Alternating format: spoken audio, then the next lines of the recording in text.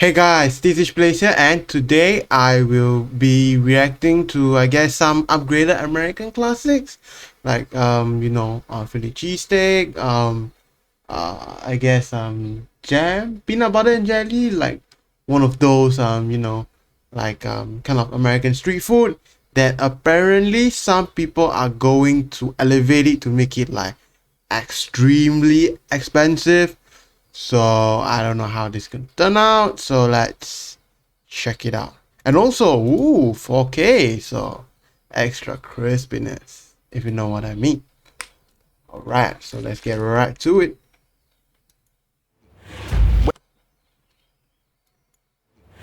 When we presented this idea to you, did you make any prototypes? Have you eaten it? This is filming today. It's the first time we've done it. Great.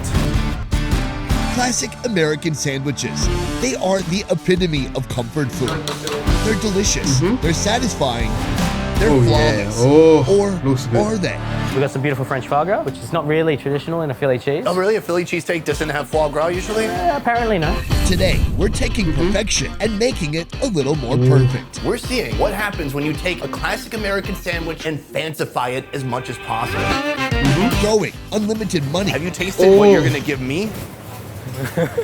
Ingredients We're using truffle manchego from Spain. What's that? Dang. and culinary technique at the food you already know and love. When trying to fancify a food, it's not always easy. I mean, the fancified version still has to kind of resemble the original food.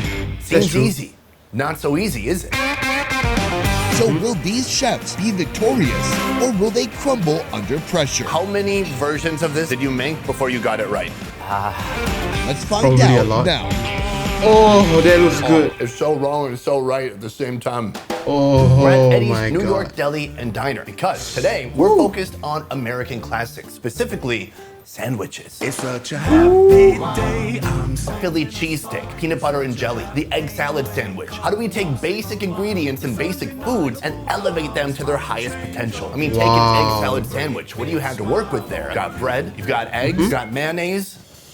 And that's And pretty much somehow, it. our chef is gonna have to turn that into something over $50 or $100. How are they gonna do it? I have no idea. Let's go, let's find out. Our first challenge of the day is taking place here at Madhouse, where they're offering new Nordic cuisine. Camilla, thank you so much for joining us today. Thank you for having me. If I'm not wrong, Nordic is Sweden, right? I see champagne. Well, Is everything okay?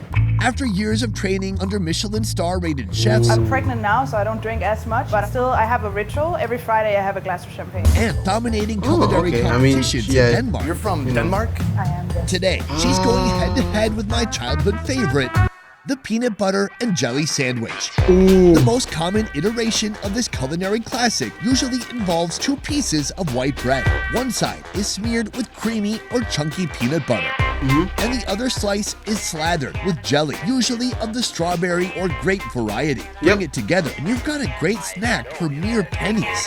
Yeah, But that's true. Camilla will attempt to make her own version worth over $50. Do you guys have peanut butter and jelly sandwiches in Denmark? This is kind of an American class. But you had one in your life. Yes, first time I had it was like 28. How did you feel that first time you finally sunk your teeth into that sweet jelly and that smooth, sticky peanut butter? I think it makes sense. It made sense. I think I have a really good palate. I can imagine how things taste. Like I sort of always have my element. Today I'm seeing this more of a dessert challenge. Have you made this already and tried it yourself? Making more as a dessert. That's kind of cool. In my head, yes. Oh, right, you just did it in your head. Okay, good. Camilla is ready to go. Let's talk about what you're making today. Let's see what ingredients she's going to be using to make the most expensive PB&J you've ever seen. If this was put on a menu, how many dollars would we see next to it? Somewhere around $60. For a peanut butter and jelly sandwich. $60? Holy shit. Well, let's talk about it. Is there Even like what, like $3 for a peanut butter sandwich, jelly sandwich? That would be pretty expensive already. $60? Holy shit. any ingredient that stands out here as being especially Like, wow, $60 for one. That is just... Holy shit, that is real Expensive? expensive. No. Where I come from, I'm not used to expensive ingredients per se. I'm very used to getting the most out of nothing. It's my job to spend all my creativity into making that worth eating at a Michelin restaurant. Strawberry gel made from strawberry juice and champagne, and then it's set overnight, blended up to kind of this cloudy, fluffy consistency. Then we have our Tahiti vanilla custard. This is mixed with my homemade crunchy peanut butter. Oh wow. Oh, shut the fuck up. Sorry, not you. Oh my god. It's all the pros and none of the cons of peanut butter. It's like all the peanut butter flavor, but without it like sticking to your mouth, making your mouth dry. You just never get rid of it. Yeah, try putting it on a saltine. That's like my whole childhood. We consider that a snack. Really? I know, it's child abuse, really. I should call the police still. Sorry. It's tough, but that is... I'm very excited now. Now that we have our ingredients, it's time for the build. Spreading a layer of our peanut butter, and then homemade strawberry jam, then our custard,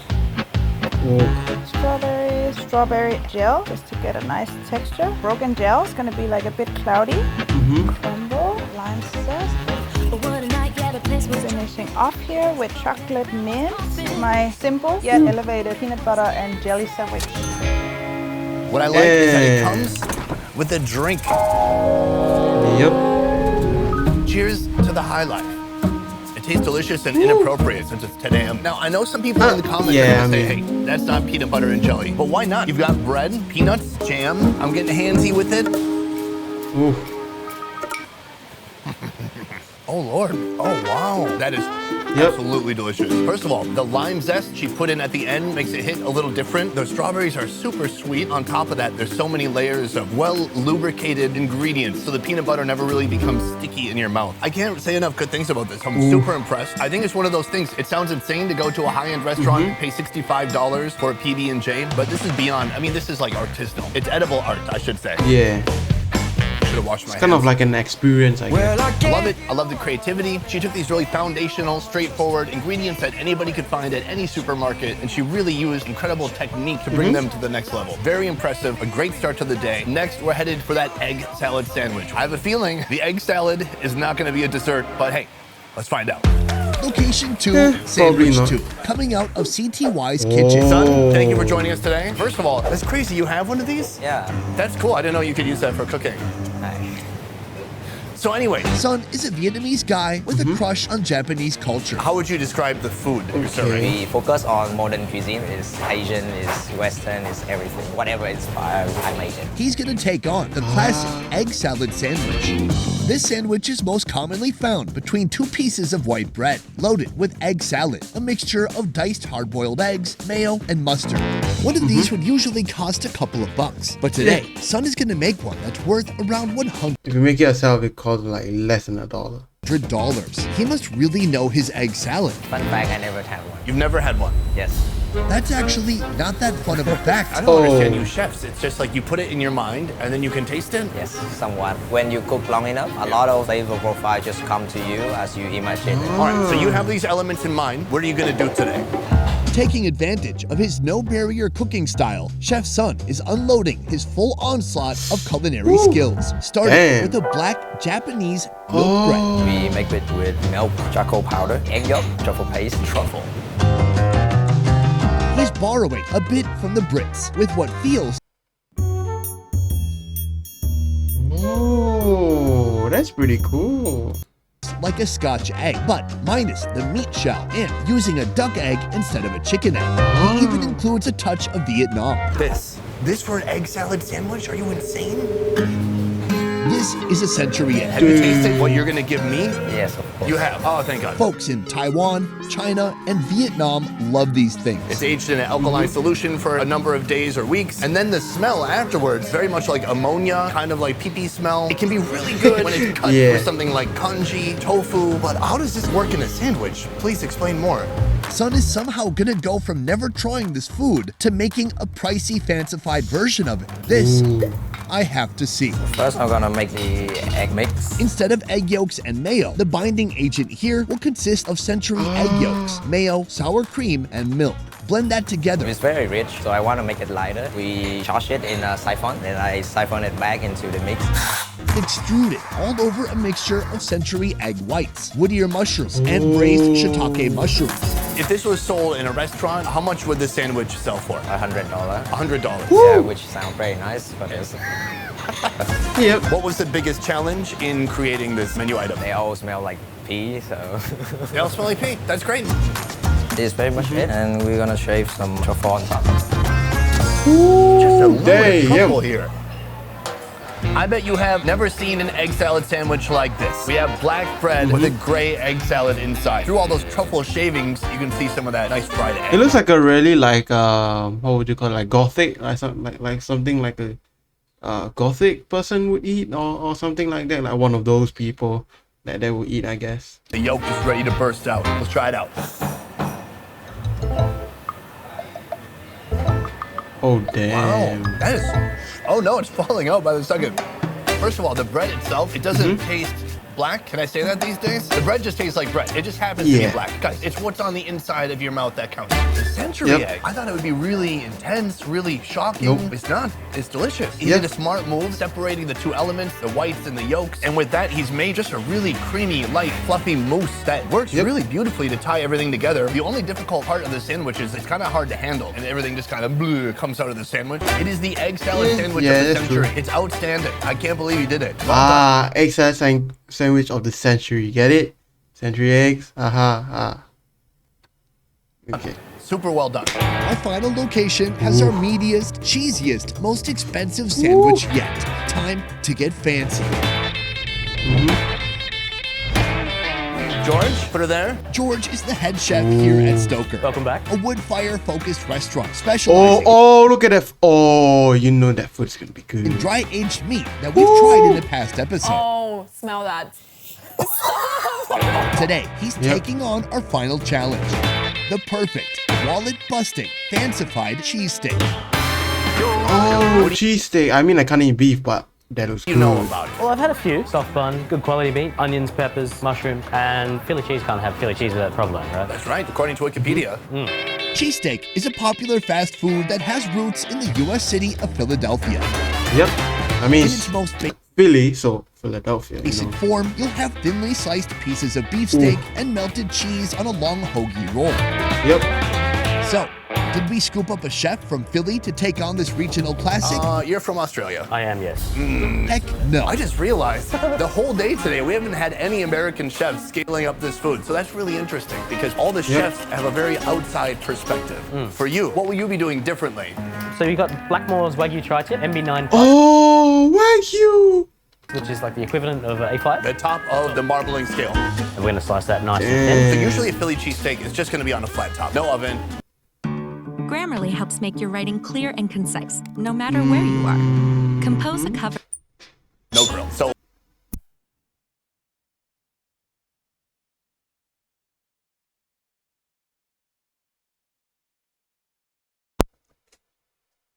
All right. do you have a flat top here? We don't. Oh wow. We got some beautiful French foie gras, which Actually, that's even better because it gets like direct like fire, so it tastes even better, like more char. is not really traditional in a Philly cheese. Oh, really? A Yeah. Philly cheesesteak doesn't have foie gras usually? No. Apparently no. How many grams of that will you put on? We're gonna use about 200 grams. That's approaching half a pound. Yes. Wow. Grill the bread, nice kind of smokiness to it. That's about it. Yeah. So are you doing chilies and onions or not? Yeah, sorry. We're gonna take some of our pickled padrons, onions, mushroom, adding that to the beef. We are sauteing those as well. Just sauteed it in a skillet. Yeah. Where's your skillet station? Um, In the oven? yeah. Oh. Cheeses, Philly cheese, and truffle manchego from Spain. What's that? Damn, truffle. Manchego is a sheep and cow's milk cheese, inoculated with a truffle as well. The cheese smells delicious. Can we try a little bit? Of course, Yep, it does. Let's try it out. absolutely.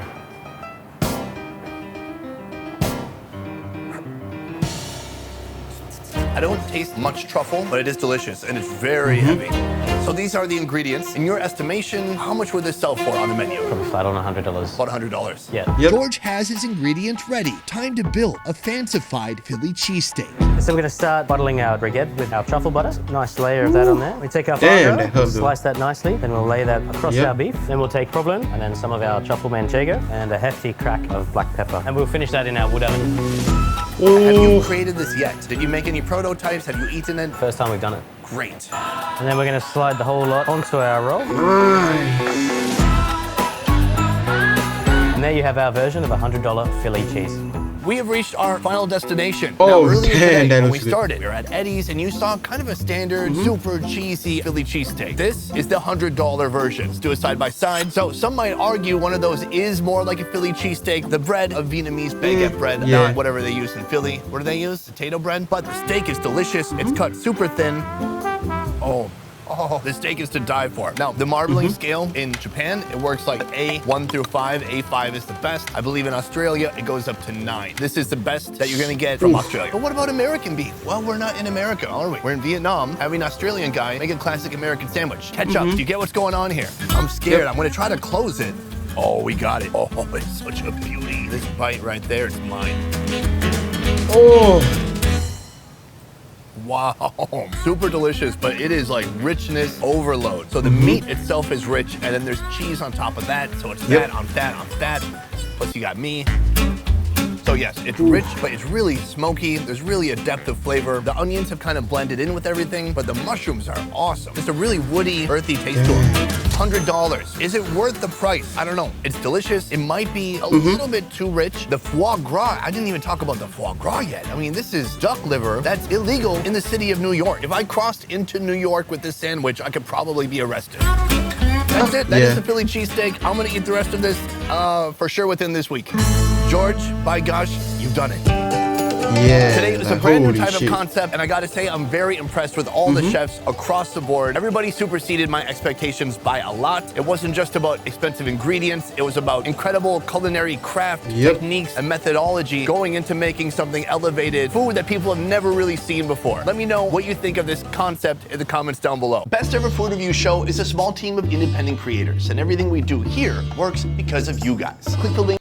All right, and yeah, holy shit, all the sandwiches look really nice, and apparently it doesn't look, you know, really weird. Like, it actually kind of makes sense, you know, like what the chef are doing, and not like throwing a bunch of like expensive ingredients and be like, that's it.